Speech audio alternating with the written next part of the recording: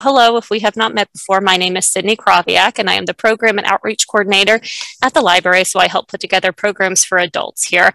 I'm going to turn it over to Kay for a moment. She's from the Peters Township Public Library Foundation, who pays for our Zoom subscription, and she's going to give you a little bit of information about the foundation. Hi, everyone. Good evening. My name is Kay McAvoy, and I'm pleased to be here as a member of the Peters Township Library Foundation Board.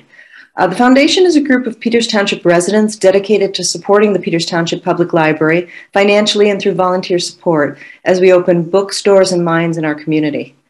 There are many ways we support our library, such as funding the James D. and William C. McMurray Local History Room Archivist and sponsoring speakers and events such as the recent novel November with Taylor Jenkins Reid. The foundation raises funds through our annual donor drive mailer, through private donations, and through the Washington County Charitable Foundation Day of Giving. We also raise funds from used book sales, so please check out the freestanding cases in the rotunda and in the youth section, and watch out for our pop-up book sale events. Your donations will continue to help us augment the library budget to provide programs and materials for you and for our community. Thank you so much for your support, and feel free to contact the foundation to find out how to get involved with supporting our amazing library. Thank you. Thank you, Kay. Now for tonight's program, we are here with author Anders Morley, who is going to talk about his book, This Land of Snow. So Anders is a dual citizen of the US and Canada and grew up in New Hampshire. He began skiing at the age of 5. After earning a master's degree from the University of St. Andrews in Scotland, he settled in Italy, where he worked as a translator and English teacher and explored the Alps in his free time. He contributes regularly to New Hampshire Magazine, and his work has appeared in a variety of other publications. Anders lives in Littleton, New Hampshire, but is currently coming to us live from Italy, where it is 1 a.m. Thank you so much for joining us tonight, Anders, or this morning. Thank you very much. Thank you for that welcome, and thank you for the opportunity to be here. Thanks to everyone at the PT Public Library and to all of you in the audience, whom I unfortunately can't see, but I can imagine you there. Thank you all for coming this evening to listen to me talk about my book. So I'm kind of excited. This is going to be fun. So as Sydney mentioned, my book is called This Land of Snow, and at its most basic level, it is the chronicle of a journey that I made over the course of an entire winter, 4 months. It was the winter of 2012 and 13. And what I did was traveled across a pretty large section of northwestern Canada on cross-country skis. So I want to begin by talking a little bit about the background of the journey, and then I'm going to show you some pictures and kind of take you along the trail with me, and I'll stop at a few points to read a few passages from the book. So let me jump over to screen share, and we can have some images to accompany us, which I think will make it more interesting for you.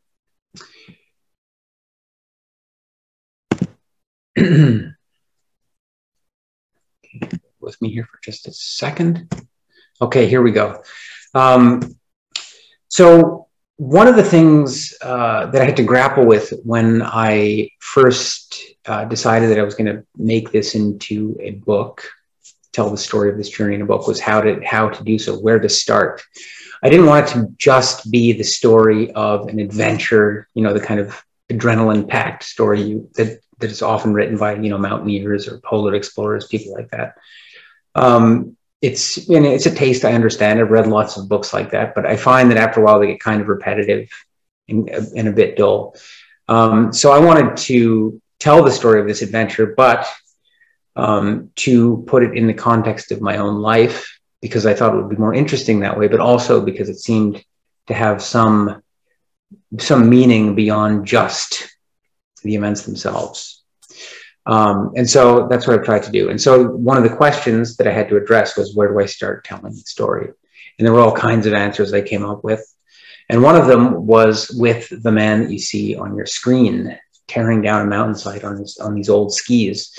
This is Tony Matt. Tony Matt was an Austrian ski racer, quite well known in Austria, apparently, in the 1930s. But in 1938, when the Germans annexed Austria, he and a number of other Austrian alpine skiers left, and they all ended up in North Conway, New Hampshire, which is a prominent ski town in the White Mountains to this day. And when they got there, they formed what, as far as I know, was the first alpine ski school in the United States. But Hannes Schneider is best remembered today for his role in a ski race, kind of a wild ski race, I guess you could say, down the slopes of Mount Washington, which is New Hampshire's and the Northeast's highest mountain, and it's the mountain you see on your screens right now. So it's undeveloped. It's not like a ski area with chairlifts or anything like that. So they had to get up to the top of the mountain. And then the course, it was a 4-mile course down from the summit, which you can see. It went down that sort of summit cone and then dropped into the glacial cirque that you see at the middle of the picture, which is known as Tuckerman Ravine. And then from the bottom of the ravine, it was another 2 miles down to the bottom of the valley. So like I said, 4 miles. And to give you an idea, to walk up Mount Washington in the summertime, if you're going at a pretty good clip, takes 4 or 5 hours if you're in good shape. Now, Tony Matt managed to descend the mountain in this race in 6.5 minutes. The same race had been run twice before, and the existing record was more than 13 minutes. So he literally cut it in half. One of the reasons is that he had never skied on Mount Washington before, and he didn't. He had planned to do a few quick turns before dropping down into Tuckerman Ravine, whose sort of where you actually drop into the ravine itself is basically vertical. But he miscalculated and didn't get the turns in, so ended up just shooting straight over the top of the ravine. And film footage at the time, experts have, by looking at that film footage, have estimated that Tony Matt may have hit something like 90 miles an hour going down Tuckerman Ravine. But anyway, getting back to my story, the story of Tony Matt was one that my father loved to tell when I was a kid. We did a lot of hiking around Mount Washington in the summertime, and we skied downhill at a mountain just across the valley from Mount Washington. And this was the view that we had. And he would tell the story of Tony Matt's crazy descent of Mount Washington all the time. And in his telling, he would say, Tony Matt came down the mountain, got to the parking lot in the valley, and he was so shaken up. He was so terrified at what he had just done, that kind of made this out of control descent to the mountain, that he just ignored the cheering crowds, took his skis off, and walked with them over to his car, set them down behind his car, backed over them and broke them in half, and then drove off and, swore off skiing for the rest of his life. It was a very dramatic and memorable story. And when I came to start writing the book, I thought, oh, that might not be a bad way of framing my own story, because it kind of contains this idea that sometimes it's possible to take our passions a bit too far. And there's very much that sense in my book. So I started skiing when I was about 5 years old, or when I was exactly 5 years old, actually. And downhill skiing at first. And it was another 5 or so years before I first discovered cross-country skiing. And I say discovered because that's how it happened. I found a pair of old wooden cross-country skis in my parents' basement. They had apparently belonged to my mother, but I had never seen my mother ski. And so she evidently didn't use them. But at that point, our feet were about the same size. And so I found the boots that went with these skis and took them out into the woods. I grew up in New Hampshire in a pretty rural place with lots of woods and lots of snow. And so pretty soon, cross-country skiing just kind of became my way of walking through the woods, exploring in the wintertime. It was easier than walking in deep snow. And that's kind of the way that my relationship to cross-country skiing developed. It was never really an athletic kind of pursuit for me. Now, to get this story moving ahead, we've got to fast forward about 20 years. When I was in graduate school, I needed to learn German, to read German pretty quickly. And so I just went over to Germany for a semester and took an intensive German language course. And while I was at this language school, I met the woman you see in the picture. Her name is Elena. She is an Italian woman, and she was at the same school studying German as well. And to make a long story short, we eventually became a couple. And a couple of years later, I found myself living in this city called Bergamo in northern Italy, just right at the foot of the Alps. You can see the foothills in just rising to the north of the city in this picture. And then a few years after that, we got married. And so I was living kind of happily in this town for 7 or 8 years when, not exactly suddenly, but I started to feel a deepening sense of unease. And it wasn't entirely clear what the cause was. Part of it was homesickness. I missed kind of open spaces, you know, the kinds of sort of not really wild, but sort of half wild places we have in northern New England. I missed winter. But also there was a sense in which I felt I wasn't exactly doing what I wanted to be doing with my life. But it was kind of vague. But the result was just this deep sense of satisfaction with the place I was in. And I tended to sort of blame all of my problems on the people around me and on the place around me. And the upshot was that I was pretty sick of Italy, and I was kind of looking for some way out, or at least for some kind of a safety valve or something like that. And it was while I was feeling this way that I one day picked up a copy of National Geographic magazine, took it home, and when I got home, I opened it up, and it fell open to this picture, it was a 2-page spread. And before I even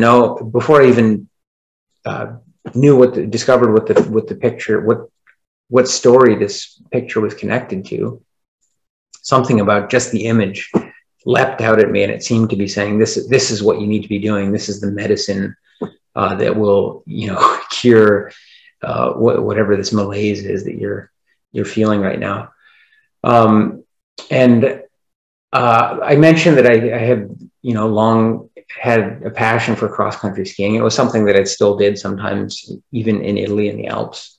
But I had also long harbored an aspiration to go on some kind of a long distance, like continental scale self-propelled journey, something like the Appalachian Trail or the Pacific Crest Trail. But now suddenly seeing this picture,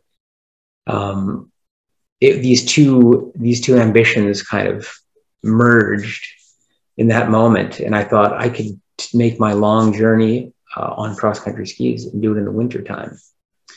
And it very quickly became something I started dreaming about, and then eventually kind of planning in my head. I would think about where would I do such a journey, and pretty soon I hit on the idea of Canada. I happen to be a dual citizen of Canada and the US. My dad's Canadian. And so that meant, of course, that I could spend as much time as I wanted in Canada without having to worry about a visa or anything like that. And then I started thinking about, what route would I take? What direction would I travel? East to west or west to east, and so forth. I started spending more time in the Alps here. And I thought of that time that I was spending as kind of training for this expedition that I hoped to make in the next year or two. And I started reading a lot more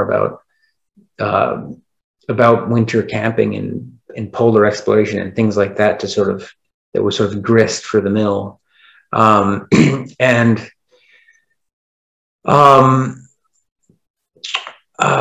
Well, actually, let's go back a minute. It's getting ahead of things. The problem with all this was that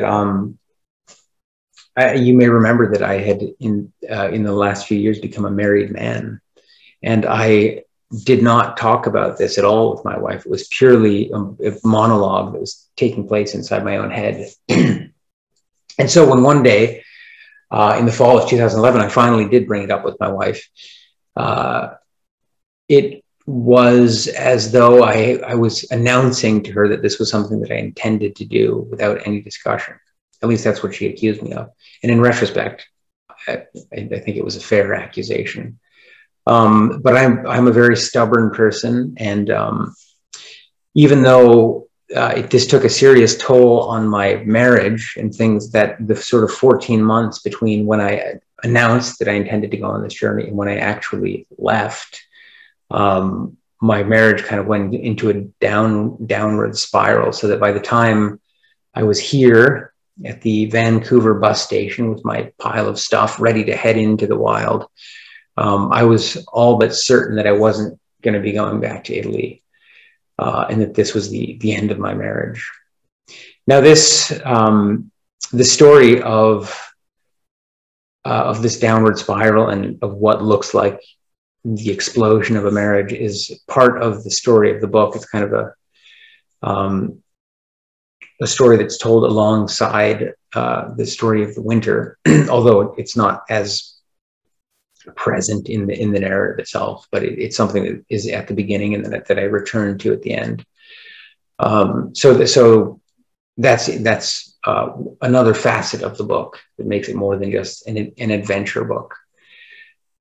But anyway, I'm not going to talk too much about that this evening. So from Vancouver, I took a series of boats and then eventually a fairly large ship up the Inside Passage.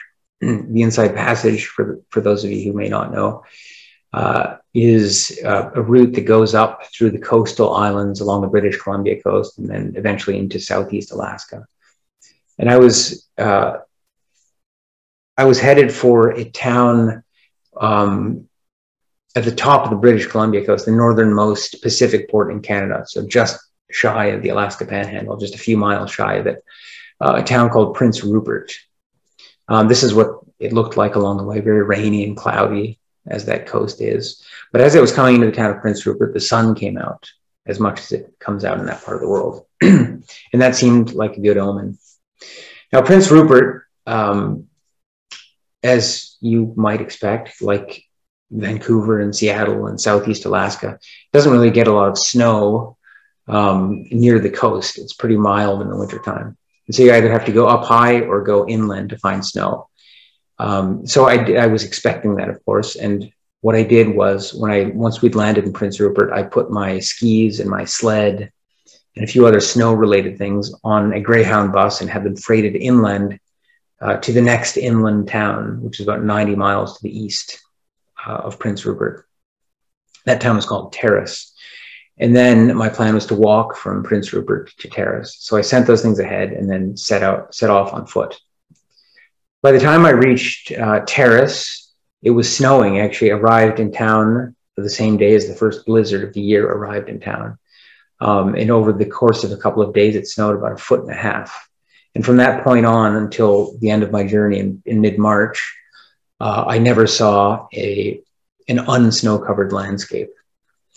A thing that I realized by the time that I got to Terrace was that I was carrying way more equipment than I wanted to be, or thought I needed to be carrying.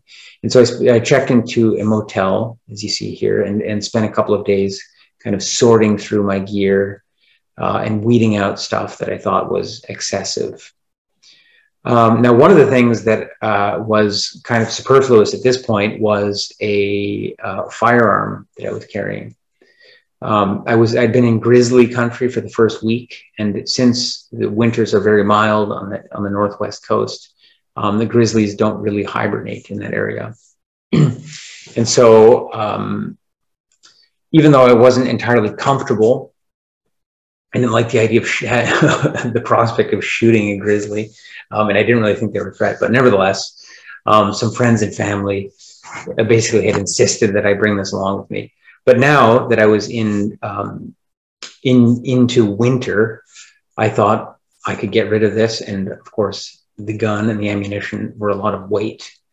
And so I went to the local police station and asked whether it was legal for me to give the gun to someone or sell it to someone. And they said, yes, it was, as long as that person had a permit. And so I ended up finding an outfitter and a hunting guide in town who had a little shop that sold stuff for fishing and hunting. And I asked him if he was interested in the gun. So I want to read a passage now that is about my meeting with this hunting guide.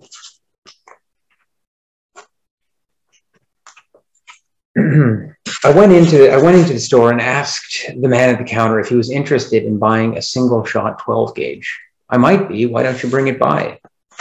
An hour later, I was back. I laid the gun on the counter. I'll tell you what, I said after explaining myself. As far as I'm concerned, you can have the thing. I just want to find a home for it. No, he said. It's a good gun, but to be honest, there's not much demand for a single shot breech loader anymore. Then just give me a few bucks for it, I said. He turned it over and held it slightly farther away. I'll give you 30 bucks. He handed me the money and I gave him the box of slugs. After the transaction, he said, "So, are you looking to kill yourself? That's some lonely country you're going into, and it's damn cold. I mean cold. You know what cold is? You ever feel 50 below? Well, I have, and I use a wall tent and a wood stove. It's still cold." I had never felt 50 below. The coldest I clearly remembered was 25 below, unless you were the sort of person who took into account wind chill factor, and I'm not. I think I'm prepared, I said, trying for a properly modest tone. But there's no getting around the hubris inherent in a winter journey. Look, the man said, do what you want, but if I were you, I'd call it off. Come back in the summer. I'll take you fishing. I talked to him for 2 hours. When he'd accepted that my intentions were quite serious, he was ready with advice. He made calls all over the north of the province to ask after conditions of logging roads, lake ice, and bush trails. We examined maps of the immense area between Babine Lake and the Rocky Mountain Trench. He persuaded me that I would probably wind up dead if I followed my planned route, carrying only 2 weeks' worth of food, and was good enough to propose several alternatives. I asked him to talk slowly and took notes so that I could mark my own maps back in my hotel room. Should I be worried about grizzlies? I asked him candidly. Will they be asleep yet? Grizzlies aren't true hibernators, he said. Closest run-in I ever had with a grizzly was in January. Just give them a wide berth and be careful around clear cuts. That's where they like to look for food. Should I have kept my gun? I said. No, he said. Around here, we've been finding lately that gunshots at this time of year attract bears better than they keep them away. The grizzlies have learned that gunfire means a shot moose, which to them spells free food. So it becomes a race between the hunter and the grizzly to see who can get to the kill first. When they hear a gunshot, that's the dinner bell. I wouldn't worry too much about grizzlies. If there's an animal you need to be concerned about, it's wolverines. Wolverines? I thought they were elusive, I said. Oh, you see them out there. They mostly keep their distance, unless you got something they want. Mean sons of bitches. Persistent, too. I once lost a whole night's sleep defending my food from a wolverine outside my tent. How'd you do that? I had a metal rake, and I kept whacking at him all night long with it. A rake? Yep, a rake. I didn't think to ask what he was doing in the middle of the northern British Columbia wilderness with a rake. So from Terrace, with my lighter load, I headed into the first stretch of skiing. And my first objective was to cross a mountain range called the Kitimat Range. The Kitimat Range is part of the Northern Coast Range. And the Coast Range is just the Canadian name for what south of the border is called the Cascades. So it goes up from Northern California all the way up to the Yukon, basically. And so the Kitimat is kind of a sub-range in Northern British Columbia. And I was to cross this range, it was about 100 miles between the town of Terrace, where I was, and to the next to a village called Telkwa. And so I had to ski up a river valley, the Copper River, cross a pass, and then ski down another valley. And so this is pretty much where I entered the Copper River Valley. And at this point, it was very late November or early December. So still early winter. And remember, I'm still fairly close to the Pacific. So it wasn't too cold. There was a lot of moisture in the air. You can see the snow was wet and sticky. You can see here that I didn't need to wear a lot of clothing. It was still, it would be above freezing during the day. And there was a snowmobile trail for the first 20 miles or so, which meant that I didn't have to break my own trail, which made the going a lot easier. And at first, the climbing was gradual, but then it started to steepen. This picture is taken probably 3 days in.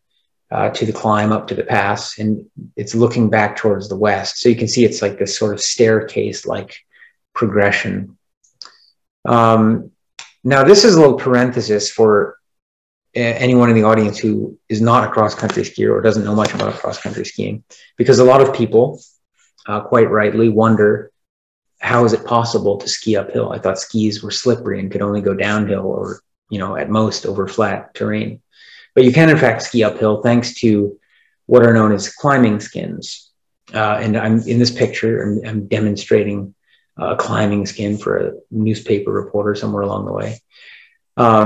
And climbing skins are basically these pieces of fabric. They were once made of seal skin, which is why they're called skins, but now they're synthetic. But the nap of the fabric is like a seal fur in that it's diagonally backward oriented.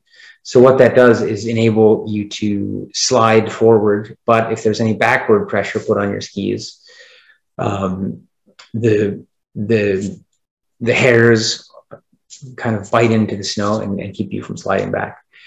And so I had two different types. I had these half-length skins that you see here that give you just a little bit of traction, enough to pull the sled and to go up slight inclines. And then there were full-length ones that go from the tip to the tail of the ski. And with those, you can climb surprisingly steep slopes, even with a heavy load. So thanks to the climbing skins, I soon found myself up in terrain that looked like this, much higher up, in between some fairly serious mountains. So what you have to imagine is that as the pass is kind of going up, you've got a row of mountains like this on the south side, and then there's kind of a mirror image of them on the north. And the pass, of course, is in between them. So it's basically this valley that's narrowing and getting higher and higher. And soon I found myself skiing kind of up along the sides of the slopes in fairly deep snow on fairly steep slopes. And if any of you know anything about mountaineering, what that means is avalanche danger. And to be in avalanche terrain with a 100-pound anchor tied to your waist is not an ideal situation. And it was just as this thought occurred to me that I suddenly heard this bang from 600 or 700 yards in front of me. And the whole side of this mountain came sliding down. Snow billowed hundreds of feet into the air. And of course, it stopped me in my tracks. It took me a couple of minutes to dig out my camera, but I did. And even then, you can see the snow still hasn't settled to the ground. So this was a disturbing moment, more so because it was getting quite close to dark, and I knew that I was going to have to sleep somewhere near the base of the slope. The flat area to the left is actually a lake, which was frozen, but as I mentioned, it was early December and not very cold, so I didn't feel comfortable like skiing out on the lake and sleeping there. So I ended up sleeping fairly close to the base of this rather sketchy slope, and it was not a good night's sleep, put it that way. It was the first time I began to seriously question the intelligence of what I was doing. This picture is here just for anyone who happens to be interested in winter camping and gear. It's here to show my sleeping bag. This was a night I spent in a cabin that was actually part of a summer camp that some local people had urged me to sleep in rather than bother setting up my tent, which was didn't provide shelter as good as the cabin.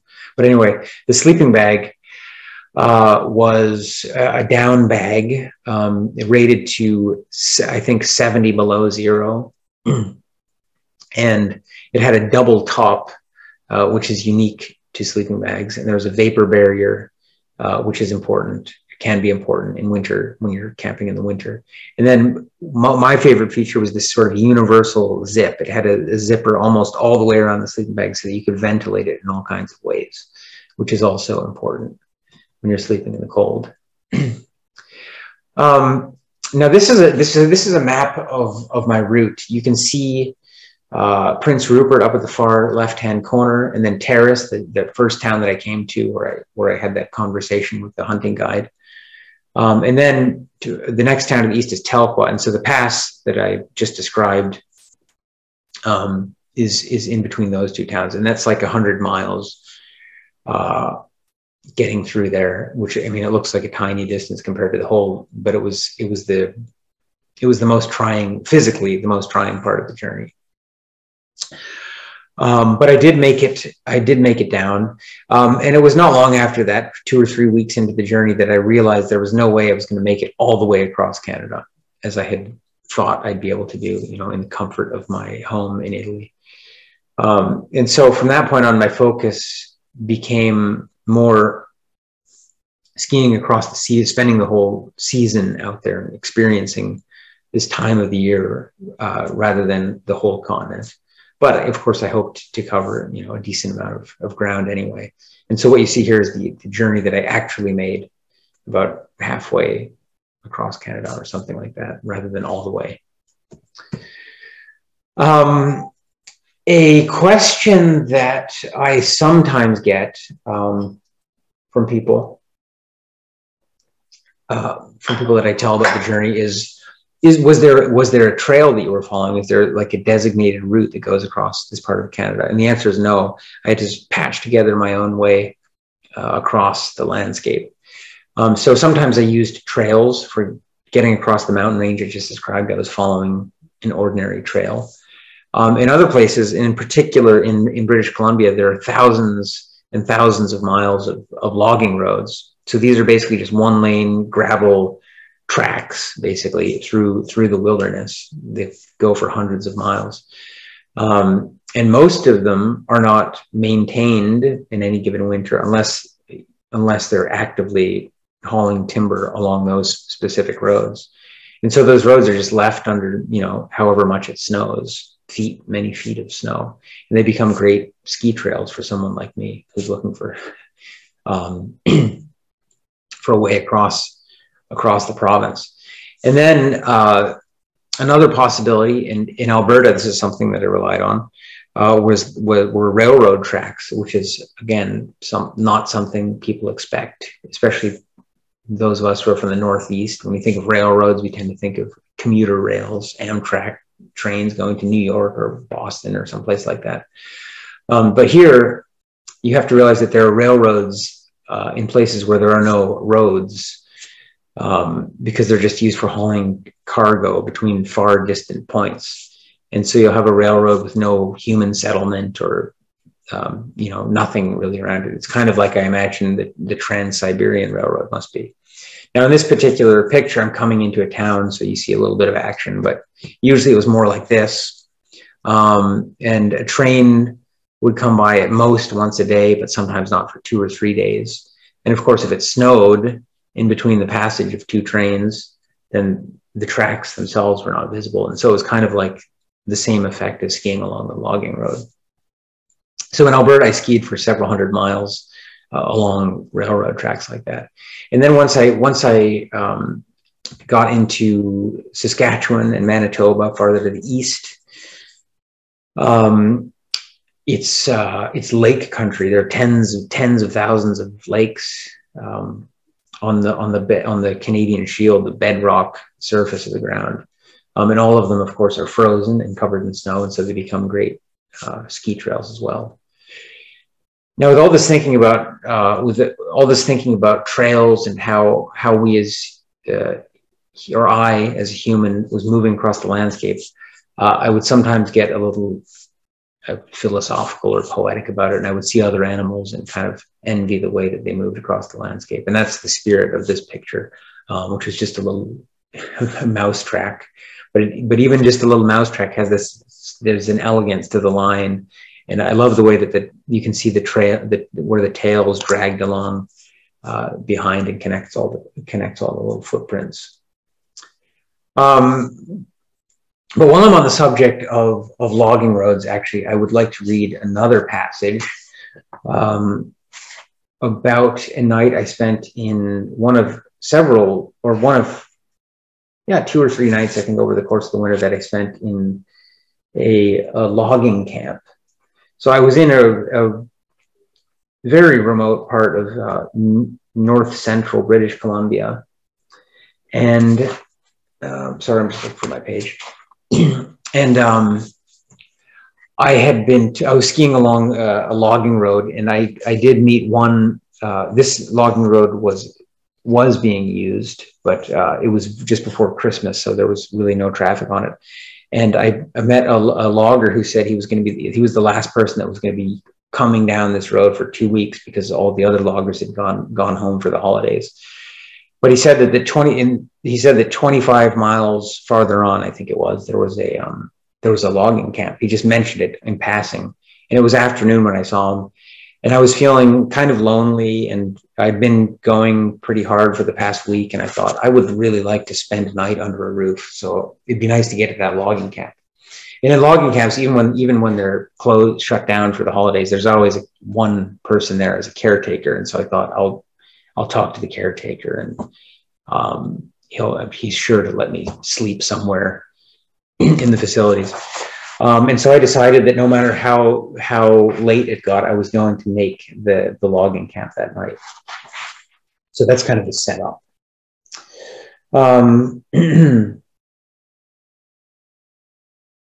So after skiing for hours and hours in the dark, a pinpoint of light flickering behind tree trunks in the distance suddenly brought me back to normal awareness. The camp was all it could be. It was the only light in tens of miles. It grew closer and closer until finally I skied into its jarring glow. I saw movement in a trailer marked rec room, skied up to it, and unclipped my bindings. When I stepped off my skis for the first time in more than 25 miles, pain ripped through my right knee so sharply that it felt as though my leg had been twisted around a crankshaft. The leg folded, and I caught myself with my arms on the ground. I'd have screamed had I not been in a furtive state of mind. I limped up the porch, shook my leg out, and knocked on the door. When it opened, there was a tall man across the threshold. He seemed surprised that the knocking in the night had been anything more than his imagination. He must have been doubly surprised to see a man wearing a long beard drawn down by icicles, standing in the dark as the snow settled soundlessly, and no vehicle in sight, but only a sled and a pair of skis. "Can I come in?" I said. He waved me in. There was another man inside. Both were in their 30s. Aerosmith came from a pair of speakers, drowning out the sound of a flickering television. "We're working on getting drunk," said the man I'd not met, a blonde, bearded fellow who, were he not sitting slumped in a reclining armchair, would have fit in a Wagner opera. He wore shorts and raised a gallon of Smirnoff as a visual prop. It had a pump-action handle on it, so you could squeeze shots into your glass, like ketchup. He fingered the nozzle cap lovingly. On a coffee table lay a platter of cold bacon and onion rings that the two men picked at. "You going to spend the night?" the tall man said. "I would appreciate it. I'll sleep anywhere. I'm just grateful for the roof." "No one's in camp besides us. You can sleep in any room you like. You want a cup of coffee or something?" "That sounds perfect," I said. The tall man went to fetch me a cup of coffee, and I sat on a corner of the couch to talk to the bearded man. He told me that his friend, Neil, was camp cook, while he, Torfin, was only visiting. They came from Campbell River on Vancouver Island. Neil would work for 29 days straight in camp, and then he had 13 days off, during which he would drive the 750 miles home and the same distance back again. He always drove. Camp was vacant now for Christmas holidays, but someone had to keep an eye on things. So he and Neil were here playing video games, eating cold bacon, and building their alcohol tolerance. Torfin spoke as if he were talking to himself. He rambled. At one point, his monologue veered off into a Scandinavian language. "Are you speaking Norwegian?" I said. "Ja," he said in a resonant voice. He rattled another sentence off, which I took to mean, "Who's asking?" He told me in English that his father was Norwegian. He was a Norwegian citizen himself and had lived in Norway for a few years. He'd even been in the Norwegian army. Neil came back and joined what conversation there was, which was soon reduced to Torfin's deranged soliloquizing in Norwegian, peppered with English expressions of marvel at the genius of the vodka spout. Neil had the good grace to ask if I wanted to retire to a bunkhouse and showed me the way, stopping in the kitchen to fill a bag with snacks for me. In my narrow room, consisting of bed, metal wardrobe, and television, I ate a sandwich and then went off to the drying room, the fixture of every bush camp, to spread out my gear. In the bathroom, I washed my cooking utensils. Back in the bedroom, I turned on the CBC in camp via satellite. December 21st, which had ended minutes before, had been prophesied doomsday by the Mayans, the newscast reported, but the prophecy had apparently been wrong. I imagined how my day might have differed if the world-ending events had happened and concluded that things would be about the same. I might even be here in camp with Neil and Torfin, one of the last 3 men on Earth. Human extinction would be only a matter of hours after that. Okay. This is the Peace River, which I crossed in northeastern British Columbia, very close to the Alberta border. And it was, the Peace River is the most important river that I crossed. And it was kind of an exciting moment because the Peace River is a northbound river, and it flows via the Slave and Mackenzie rivers into the Arctic Ocean. And so it was kind of a thrill to be crossing Arctic-bound water. Once I came into Alberta, I occasionally found myself skiing out of the boreal forest evergreen ecosystem that I was in for most of the winter, and out onto sections of prairie for a few days here and a few days there, which was very different. It was January now, so it was very cold. And on the prairie, of course, I was exposed to very high wind, and so that made it feel even colder. And so this is kind of what it looked like. Not the most exciting landscape. And this is a picture just taken to kind of show the serrated pattern that formed along the snowbanks where I crossed this road in northwestern Alberta.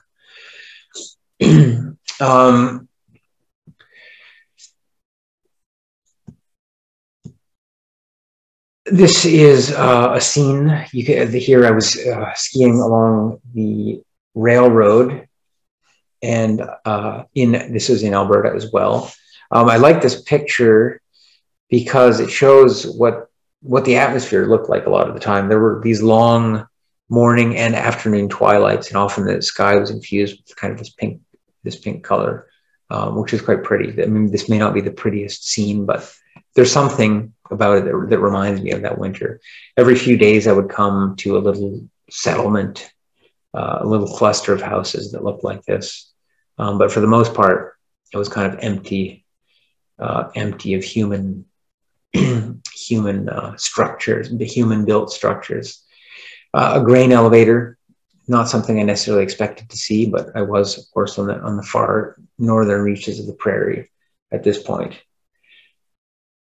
I think that here is probably as good a place as any to read one more passage that's actually about skiing itself, and skiing in the cold, particularly in northern Alberta, where there was this wind to deal with. So the picture on the screen right now is of a Lesser Slave Lake, which was the first of 3 really big lakes that I skied either along or across. Later, I would ski across many, many lakes, but they were smaller or medium-sized lakes. So this was the first really big one. And it was in this area. It was actually just before reaching this lake. That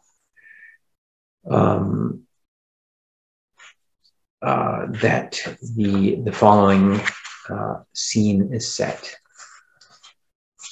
The house looked abandoned. The cold bite of the wind brooked no second thoughts. Seeing it and turning to it were one action.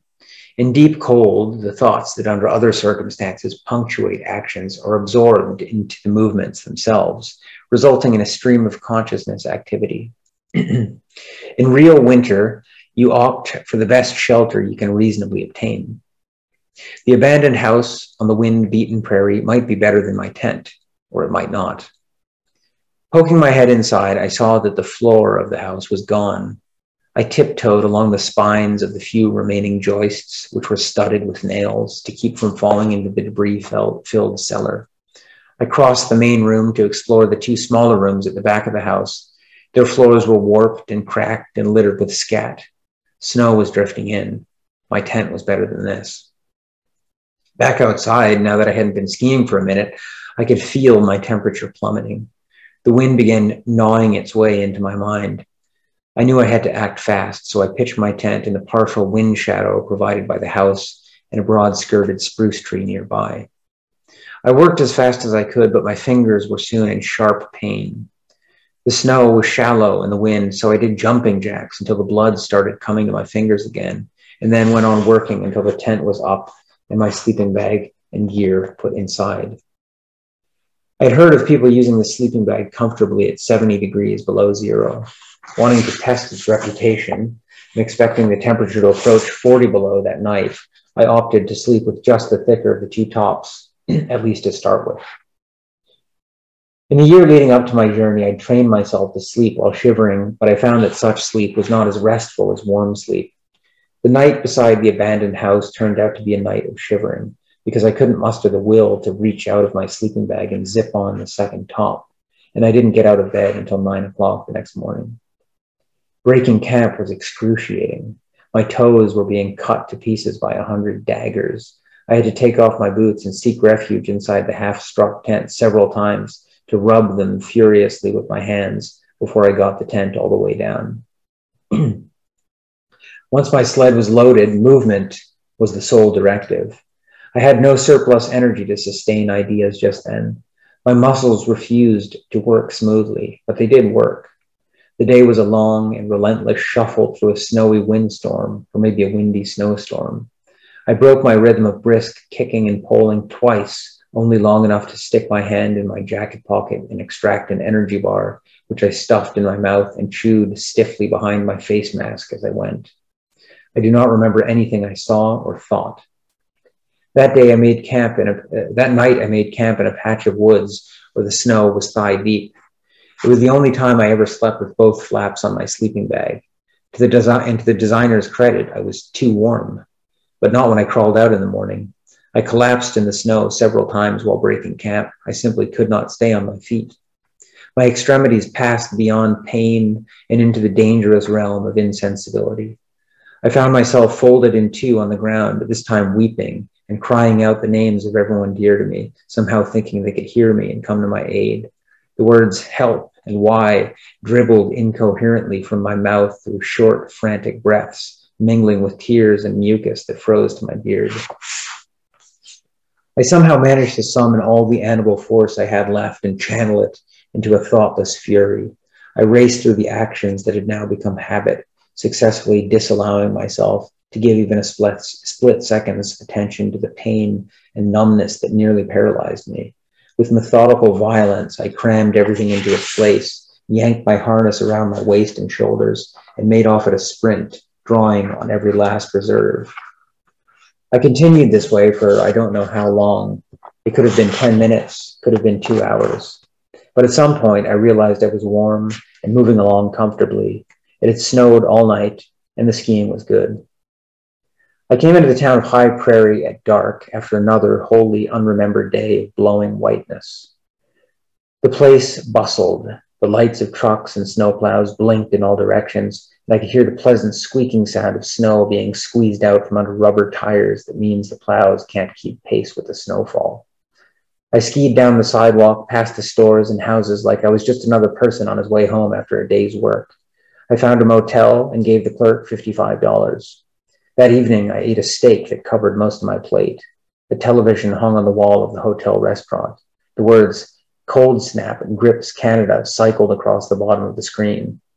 I looked out the window, grateful to be on the warm side of it, and thought about the icy expanse of prairie between me and Winnipeg, where a reporter on TV stood bracing himself in the cold for just long enough to get a good shot for the viewers. Okay, so that was the prairie. This is just a picture to give you an idea of what my camp looked like on any given evening. Pretty much the same thing, but with different landscapes, of course, each time. And I slept in this tunnel-shaped tent, which tends to be more wind-resistant than other kinds of tents. And it's divided into two compartments. So I would sleep in the compartment that's farther away from us in this picture. And in the nearer compartment, which is known as a vestibule, is where I would, it's better ventilated. And so it's where I did my cooking, and I would store things there that needed to come inside. And every evening after supper, I still had to sit there with my stove for another 2 or 3 hours, just melting snow and ice into water that I then poured into a thermos, and that would be my water for the next 24 hours. And it was while I was waiting for the ice and snow to melt that I did most of my writing. I kept a diary, was fairly diligent about it, and that, of course, became the stuff of the book. And it wasn't actually as unpleasant as I expected to be, sitting there writing in the cold. So I would just kind of pile all the clothes I had onto me and a blanket, and I would write with my glove liners on, and the camp stove would warm things up a little bit in the vestibule for as long as it was running. And so it wasn't too bad compared to my expectations. At this point, we've crossed into Saskatchewan. The days were getting noticeably longer, and the second part of the winter was sunnier than the first part as well. And so it was beautiful, and the skiing was fun, quite frankly. This is a picture of my skis up close. They had this picture emblazoned on them of Roald Amundsen. Roald Amundsen is a Norwegian explorer. He was the first person to reach the South Pole.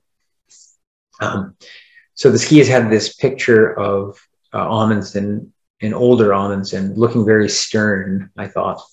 But this was useful because whenever I felt kind of faint-hearted, it was enough just to make eye contact with him, and that would give me a boost. Here we're looking at a log cabin home that belonged to a character in the book who I've called the Cossack. That was his nickname rather than his real name. He was a Canadian, but of Russian and Ukrainian ancestry, and his friends called him the Cossack.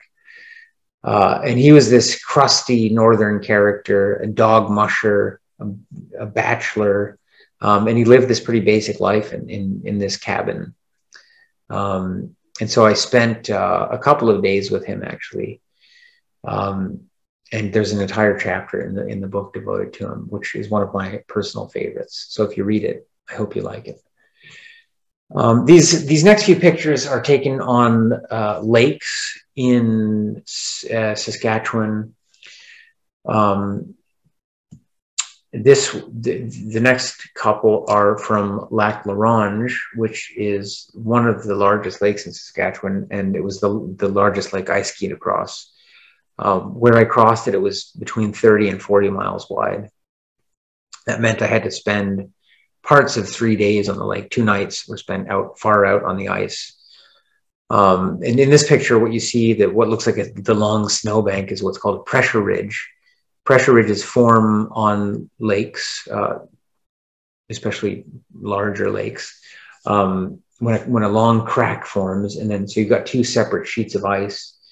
And because of the pressure of the wind, it is a thing that has always amazed me, but it actually gets them kind of moving, and it's possible for one sheet to ride up over the other, kind of like plate tectonics with ice in miniature.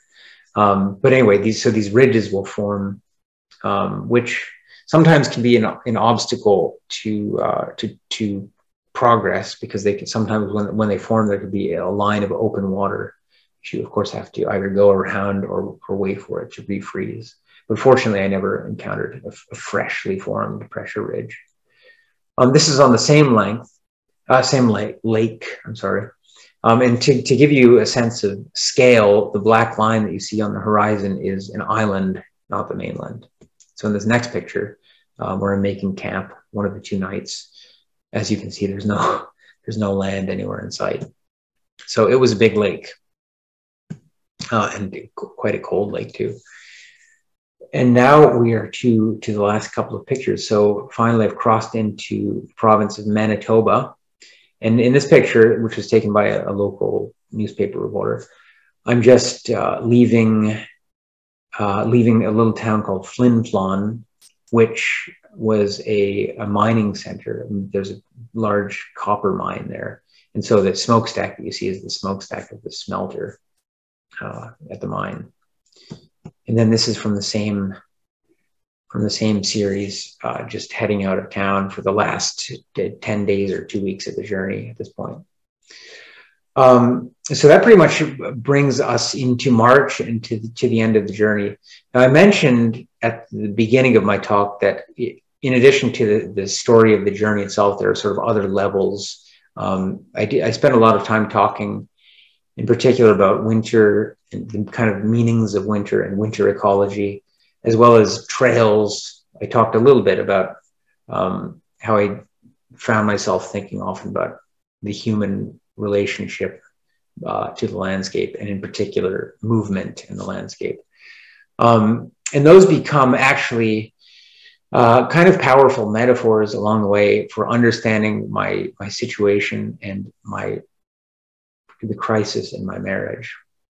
And I'm not going to try to sum everything up in this talk, but one thing I do like to say, even though it's kind of a spoiler, is that the book has a happy ending in the sense that my wife and I eventually managed to find a way beyond our differences over this journey.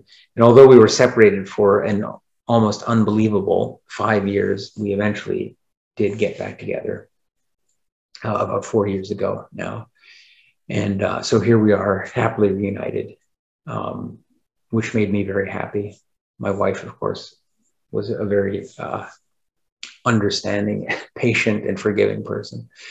But there is a happy ending. So for those of you who like to read true stories that have happy endings, well, because lots of true stories don't, this may be the book for you.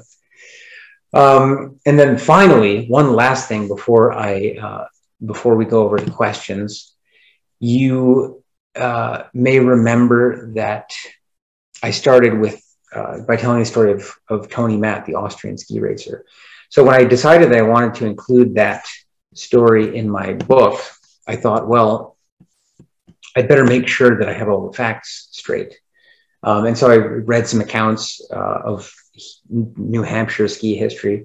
Couldn't find anything about, I found information about the race and him winning the race, but I couldn't find anything about him running over his skis or never skiing again. So I finally wrote to a New England ski historian. There is such a thing.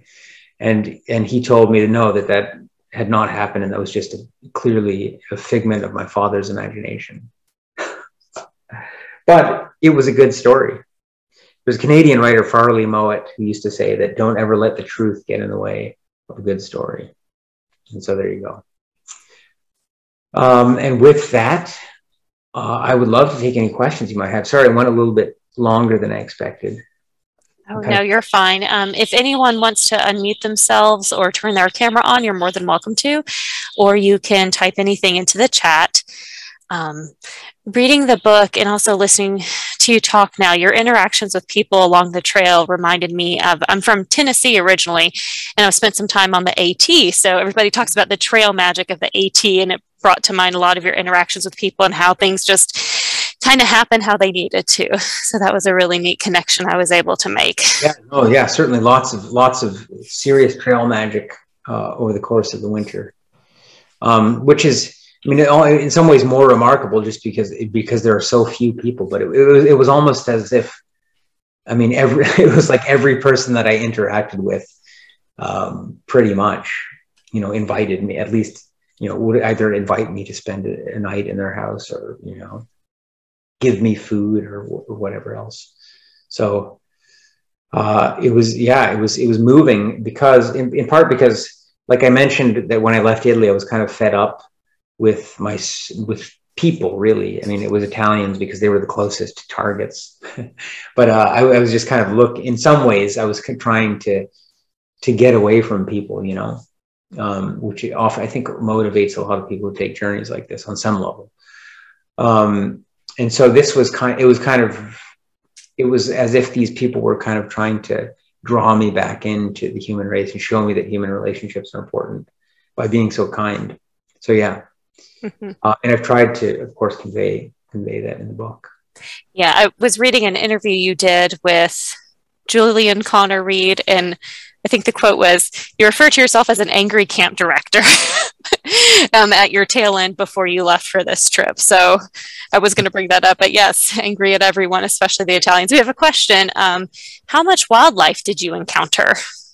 I mean, maybe not as much as you'd expect. I think other animals, meaning non-human animals, like are I think much wiser about seeking shelter in the winter than I was, certainly.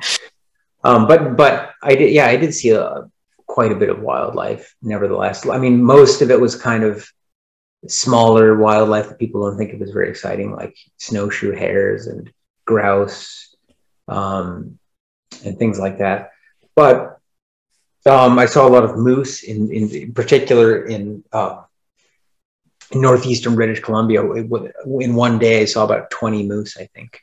Wow. A moose city that I was skiing to, apparently. I saw a wolf. That was kind of exciting. The animals that I saw that excited me most were a ptarmigan. So that they're like those little sort of partridges that you find at high altitudes and high latitudes, that turn white in the wintertime, so they're camouflage. And I'd never seen one.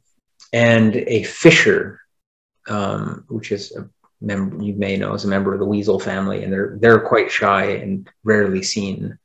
We have them in New Hampshire. You probably have them in Pennsylvania too, but hardly anyone ever sees them. So that was kind of exciting to see one. Do you have any future adventures planned, or have you had adventures since then, since this took place in 2012, 2013? There was nothing like this. I mean, I took a long kind of mixed canoe trip and walking trip between the St. Lawrence River in Canada and Boston. That was part of another writing project that I'm working on right now. So that was, a pretty big walk, but nothing compared to this. And yeah, another journey I'd like to take and then write about someday, is a walk made in the summertime, or not when it's cold, entirely between the hours of sunset and sunrise. So at night, like just walking in the dark, and then write about the night as well. It's a very interesting concept. Yeah. It sounds, but someone said, so you just like to go out when you're guaranteed, like the times of year or the times of the day when you're guaranteed not to see anyone else. Nothing wrong with that. But that's not the motivation in this case. Another question about how far did you travel each day, and for how much time did you ski each day? All right. How far did I travel each day was highly variable, but so my shortest day, I think, I probably skied less than 2 miles. One of the days crossing that mountain range that I talked about at the beginning. But you were skiing all day. Yeah, I was skiing all day. And then my longest day was 30 miles, which doesn't sound that long, but it is pretty long in the wintertime because the days are short. But I would often ski into the night. It was something I told myself early on before I set off that I wasn't going to do. But I hadn't really thought about how long winter nights are, especially as you move farther north. So there were, like, in December and January, 7 hours or so of daylight. And so that meant, 16 hours in my tent, which would be very boring. So pretty soon I found myself skiing for a few hours into the night. And that kind of lasted throughout the winter. So yeah, I skied pretty much from dawn to dusk, and then usually a bit beyond dusk as well. And another question, you didn't mention it in the book, but did you ever see the Northern Lights? I did not see the Northern Lights while I was skiing. I actually drove out to get to Vancouver, to my starting point from the East Coast. And I saw the Northern Lights in Alberta as I was crossing Alberta going west towards Vancouver. That was the only time. And then just a few days after finishing, and I was on my way back to New Hampshire, and I spent a night in Vermont, northern Vermont, and saw the Northern Lights again in the spring. Mm-hmm. It was like there were like parentheses, I suppose. And then we don't have any more in the chat, but I have one more question for you. Okay. In your beginning in the author's note, you reference your diary and how so much time has passed between, the trip and then you actually writing it and it coming to publication. And you say not much has changed except for your perspective. Could you expound on that a little bit? That's a big question. The whole book is expounding on it. So, there are some. There were some. I made some fairly things that I later came to regard as serious mistakes during the book. The most notable of which is, and it's not something I talked about this evening, but I'm happy to talk about it because it's in the book. Over the course of the winter, I became involved with another woman, which it's hard to imagine how that's possible, given the circumstances, but it was mostly a written kind of correspondence. But anyway, so that's mostly, I suppose, what I'm referring to, although there are other things. But of course, at the time, that seemed like a good idea, and it seemed like kind of a way of setting a new course for my life, which is what I thought I wanted to do when I set off. But it rather quickly became apparent that relationship wasn't going to work, and so that's I suppose the main thing. But it took me a few years to kind of get perspective on how that fit into the whole story. Well, thank you so much for sharing. We don't have any more questions in the chat right now. Do you have any final words you'd like to end with before we send you off to bed? I don't think so. Thank you all for coming and for listening, and I hope you liked it. And if you're interested, I hope you'll read the book from the library or buy a copy. There's also an audio version, which is available on Hoopla. I don't know if your library uses Hoopla, but we don't have it, but we're supposed to be getting it in the next few months, hopefully. So if you're listening in, it's coming. So there's an audio version. Excellent. And on Audible as well. Mm-hmm. So if you're a book listener, I know a lot of people are nowadays. Yeah, it's pretty well done, I think. Well, it's not me reading.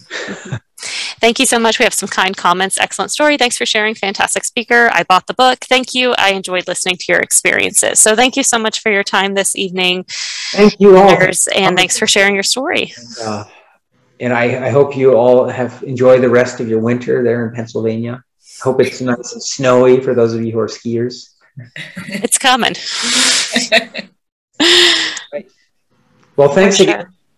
Have a nice night. Thank you.